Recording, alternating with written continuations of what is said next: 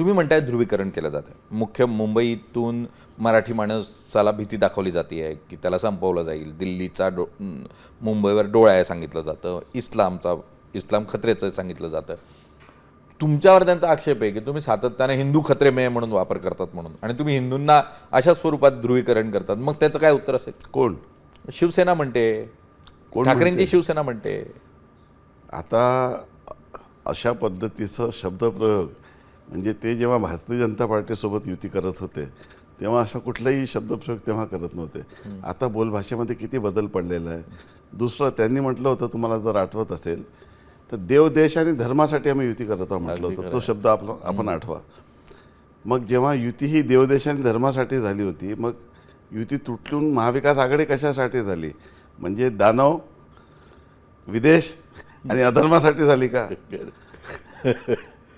म्हणजे प्रत्येक वेळेस काहीतरी शब्दप्रयोग करायचे आणि काहीतरी आपल्या कृतीचं समर्थन करायचं, हे आता लोकांना दिसून येत आहे. वारंवार स्टँड बदलल्यामुळे माननीय राजसाहेब ठाकरे यांनी प्रत्येक निवडणुकीमध्ये, आज निवडणूक झाली, पुढची जी निवडणूक आहे त्याच्यामध्ये त्यांचा स्टँड वेगळा असते. तर त्यामुळे आता तो जो वलय होता तो काही आता राहिला नाही. बरोबर. आणि मला असं वाटतं की आता फक्त लोकांना विकासाचं राजकारण हवं आहे. महाराष्ट्राची प्रगती आवश्यक आहे. मुंबईचं बदललेलं चित्र लोक पाहत आहे.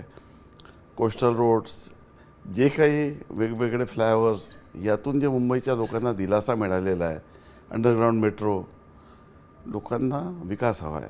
त्यामुळे आता कुठलंही सूत्र चालणार नाही, फक्त विकासाचं राजकारण चालेल.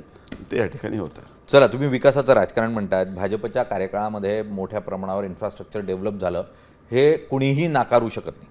कारण काम झालं आहे, काम काही प्रमाणावर दिसतंय आणि दिसणं हे जास्त महत्त्वाचं आहे. आणि त्यामुळे लोक स्वीकारतील काही प्रमाणावर हे काम. पण हा जो देव, देश आणि धर्माचा विषय आहे ना, देव जिथे जिथे राजकारणात येतो तिथं समजायचं त्या देशाचं राजकारण अडचणीत आहे.